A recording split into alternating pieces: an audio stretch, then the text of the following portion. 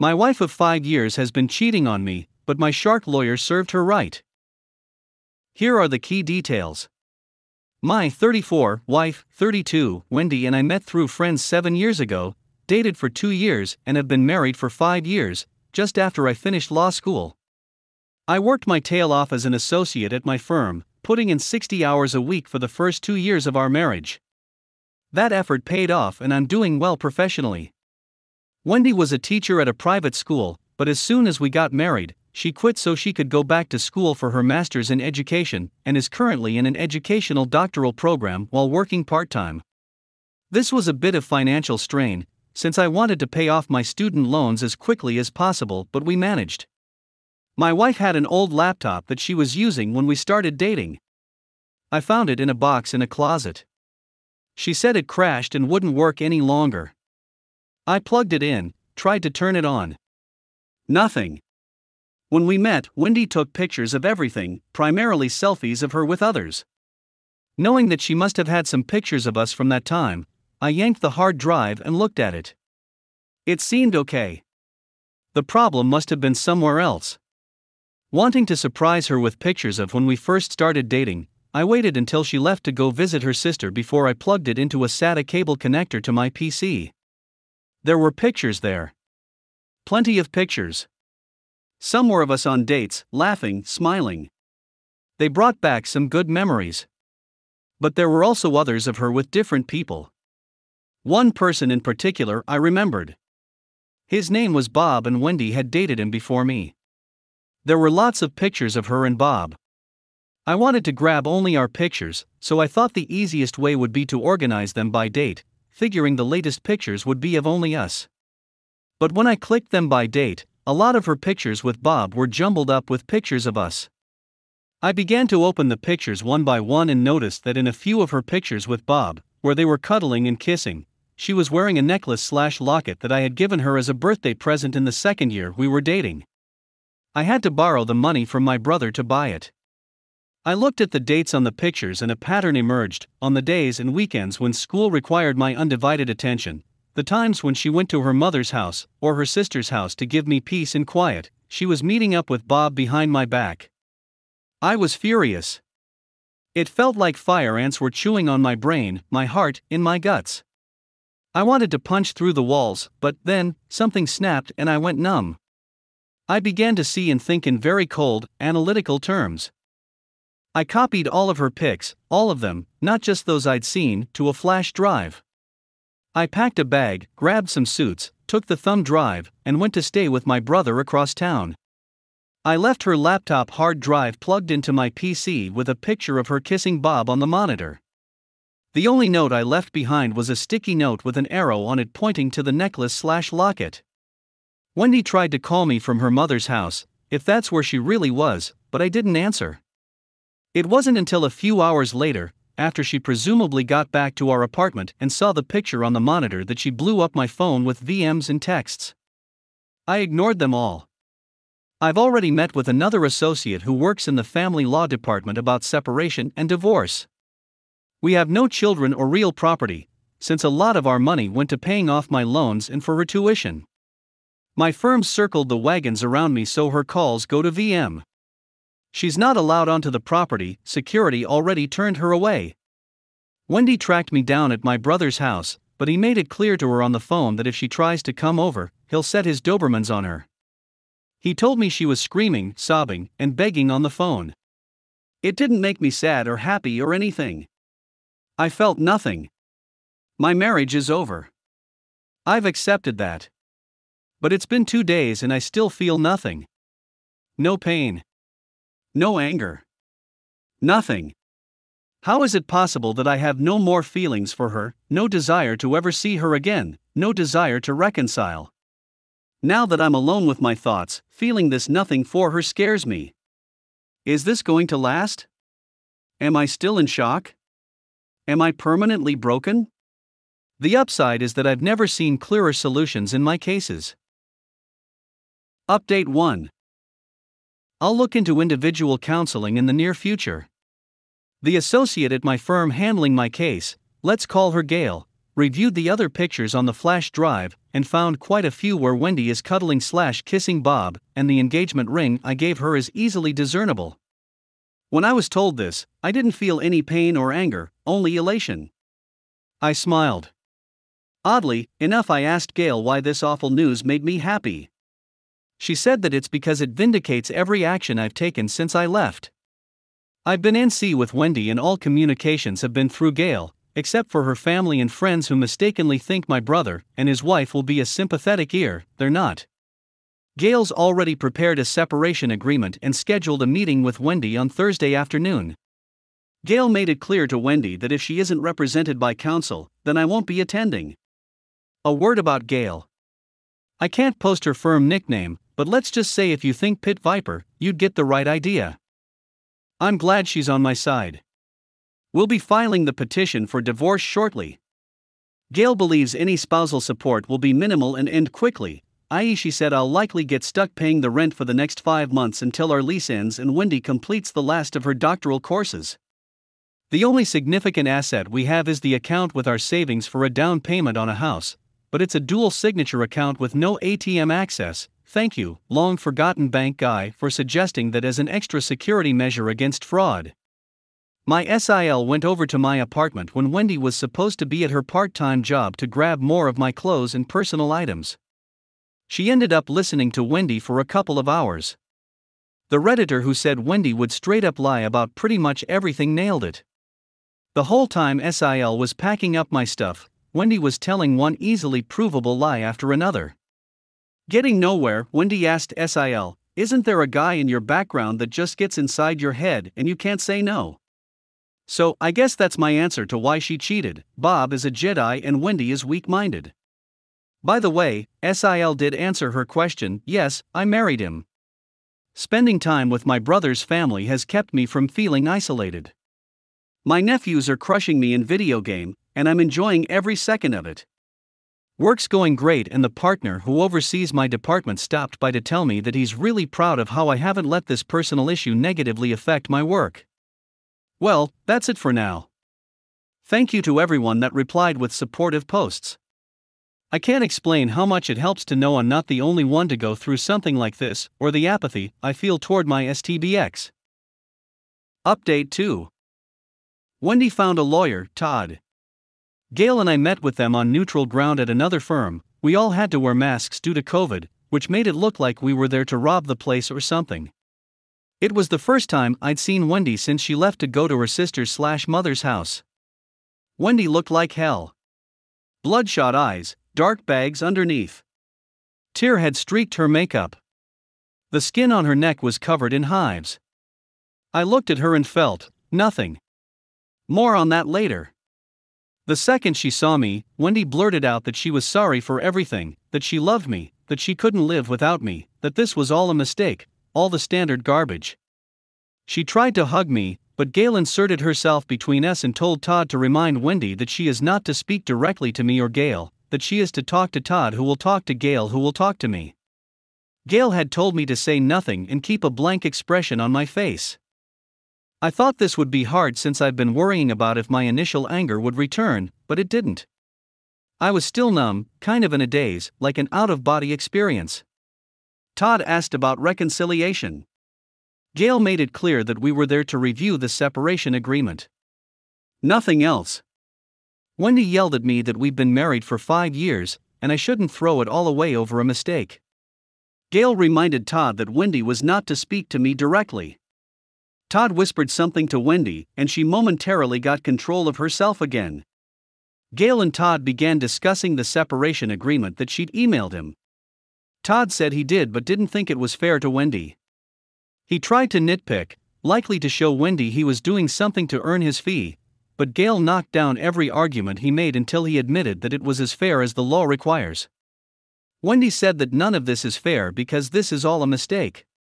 Gail spread black and white printouts across the table of all the pictures from the flash drive with Wendy kissing/hugging Bob where her engagement ring is clearly visible.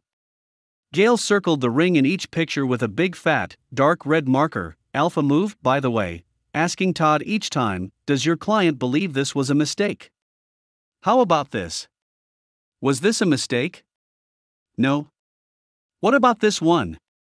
Wendy collapsed back into her chair to ugly cry. Gail and Todd began discussing timelines for delivery of a signed settlement agreement and other matters going forward.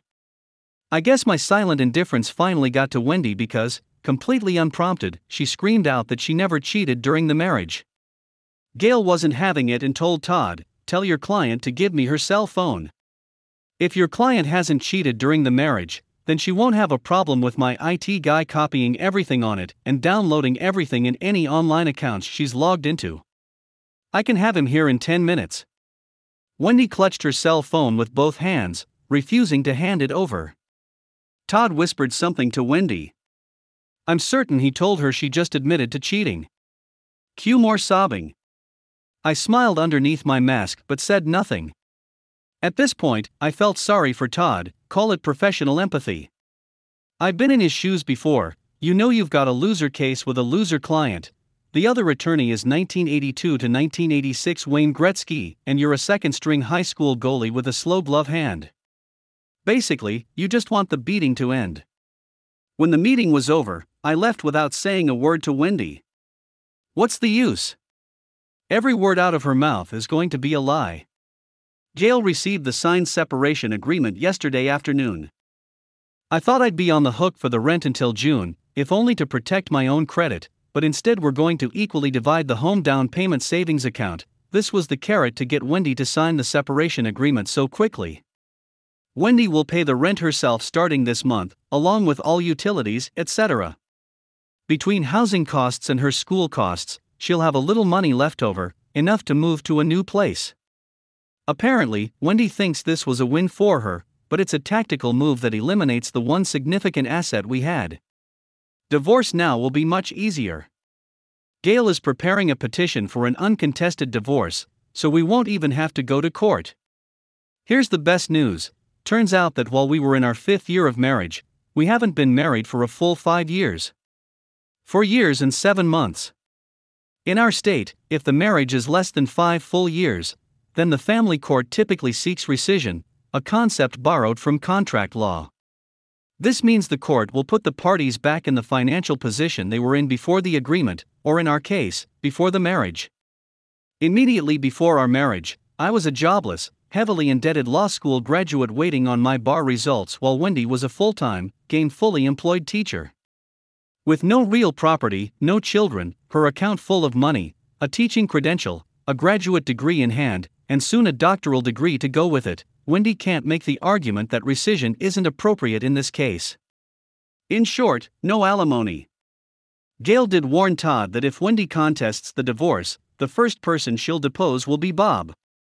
Todd replied that Wendy agreed not to contest the divorce. If all goes well, 3 months from now I will be putting this sad chapter of my life behind me. I still feeling nothing for Wendy, but that no longer scares me. The guy who said it was because the Wendy I dated/married never existed was right. You, sir, are wise. The Wendy I dated, fell in love with, and married never existed. The person who cheated on me and lied to me is a stranger. Our entire relationship was all a lie, an elaborate Plan B illusion that benefited her at my expense. I think my mindset also has to do with my first real job between college and law school when I worked in commission sales.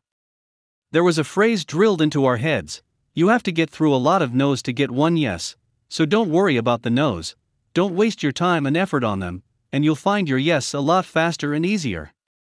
Wendy was a no and I wasted too much time and effort on her already, so no more.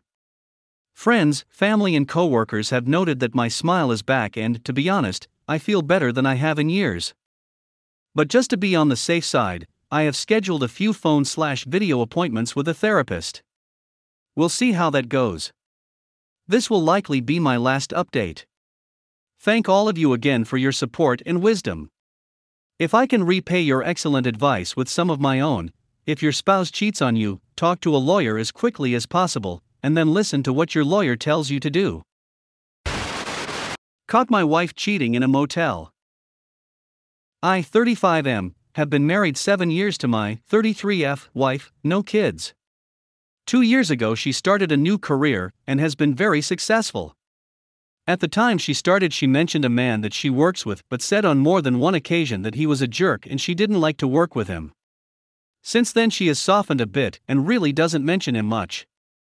I felt like I had no reason for concern. I've always trusted my wife, and although our marriage is not perfect, I felt like we got along pretty well. Fast forward to about a month ago, I started noticing some changes in her behavior. She was texting a lot more and never letting her phone leave her side. She seemed to have more things going on at night and on the weekends. She became cold toward me and wouldn't reciprocate any affection. She lied to me several times about strange things. The last lie was when she was packing for a business trip, and I noticed she had purchased a new, much more revealing bathing suit than anything I'd ever seen her wear. I asked her about it, and she said she ordered it online. Not true, and once she tried it on, decided it wasn't appropriate for a business trip to Florida with her colleagues. So she leaves for the trip and takes the bathing suit. While she was gone, I decided to do a little digging. I'd never in our entire relationship ever gone through my wife's things, but I'd had enough of all the lies. In one of her work bags I found a drawing someone had done of her, almost like a caricature, but it was done on paper from a hotel. I also found a post-it note with driving directions to her male coworker's house written in her handwriting. I went through our bank statements and found that on a few occasions when she was supposedly at work, she was out to different restaurants around the city. This was enough for me to investigate further. I'm a private investigator by trade, and ethically, I have no problem invading someone's privacy when confronted with reasonable suspicion of wrongdoing. I placed a GPS tracker in her car, legal in my state since the car is titled in my name. The Sunday after she got back from her trip, she told me she was going to work at a coffee shop and run some errands. Her car never came within 1 mile of a Chipotle, but when she got home she walked in holding a Chipotle cup and confirmed she had eaten there. Then on the following Tuesday she told me she had to go to a company dinner and would be working late until the dinner. The GPS showed her leaving work at 3:20 p.m. and driving to the restaurant where her car remained until 9 p.m. The final straw came on the next Saturday. We were supposed to watch my niece play tennis at 8 a.m. She said she wanted to drive separately so she could leave from the venue and go work at a coffee shop. After the match she told me she was heading to X coffee shop and added a few details about why she wanted to go to that coffee shop. I said have a good day and went to my vehicle. Well, on the GPS I watched as she drove directly to a Comfort Inn motel. I got to the Comfort Inn and waited in an adjacent parking lot until I could confirm she was actually in the building and not sitting in her car. I called her from the lobby and asked how is X coffee shop. She said it was good. Why? The only other thing I said was come down here so we can get this over with. Once she came down she said these exact words, "It's not what you think, he has to do this because he's been caught with other girls before." I asked what she was talking about and she said that he always works in hotel rooms. She said that they didn't do anything physical, and that's when I told her to get out of my car. I drove away and she called 50 times. I finally answered and I told her if she tells me even one lie I'm hanging up. She said that they did kiss once about 5 months prior, but that it was a mistake and didn't mean anything. She said again that they were just working. I asked how many times had she met him in hotels, and she said about 10 over the last 9 months. I then asked what she did on that Tuesday and she became defensive. She said she was at work all day until the work dinner. I called her a liar and hung up the phone. She showed up at our house where I was loading up my car with my belongings and my dog. She stood in the driveway refusing to move until I talked to her. She was in hysterics, crying and apologizing. I moved out that day and have been gone for a month. We have met a few times for her to try to explain things, however, when it becomes my turn to ask questions she becomes very upset, gets defensive, and says things like answering these questions isn't good for the relationship. She's also lied about several of the details, even when the details seem completely inconsequential. I've called her on the lies, and she accuses me of trapping her by asking questions I already know the answers to. Through all of this she has remained constant that this was not a romantic relationship. She said that she became really good friends with this man, and that he was helping her with her career. She admitted that their conversations would become inappropriate when they would talk about our marital issues. She's admitted to texting him and deleting the texts, saying that they weren't romantic, but could be seen as flirting. She said that she has been depressed for a really long time, and he was good at talking her out of those feelings and encouraging her in her work. I know I'm being mind-star. But there's a part of me that believes her. It may be that I want to believe her because I love her, or I'm afraid of the truth. I'm really hung up on finding out the truth, but the reality is I don't see any way that I can get over the facts that I do know, so why does it matter? Am I losing my mind? Update: we are a month out from D-Day. I spoke with her last night, and here are the highlights. I asked if she has talked to the man over the last 4 weeks. She said that he doesn't know that I showed up to the hotel on day and called her out. She said that she hasn't talked to him about the situation because this is an issue in our marriage and doesn't involve him. I asked if she has stopped all non-work related communication with him. She said that she is tapering down. Tapering down. I lost it. She said she feels like she has to taper down rather than no contact because he doesn't know that I busted her. Infuriating. She then lied about a completely insignificant detail. I called her on it, and I was 100% confident that she was lying. She denied to the point of yelling and never relented. I left it and chalked it up as one more unresolved issue in this saga. Update. Click my name for all the backstory. Basically, my wife of 7 years had an affair with a coworker. Me, a private investigator, caught her in a hotel with the guy and she denied any wrongdoing. First, let me say this: if you're in this situation and you're even remotely depressed, don't do it. I say don't do it because if you do, you're going to miss out on the greatest time of your life. I mean that 100% sincerely. I know it's impossible to see when you're first going down this road, but trust me, don't miss out on this life. Now, the update. We got divorced. I took my time in making that decision. I wish I wouldn't have taken that time, but who cares? She wanted to stay together, for what reason I have no clue. She lied and gaslight for an eternity, and that torpedoed any reconciliation possibility for me. It's the hardest thing I've ever gone through. During my marriage, I was all in. I wasn't perfect, but I loved my wife with all my heart and wanted to be with her forever. I would have done anything to make her happy, and I think I did on several occasions. Now that I'm away from that relationship, I can see it for what it was: a narcissist crushing every ounce of energy out of a good person. That marriage was completely one-sided, with one person giving everything, and the other person taking even more than could be given.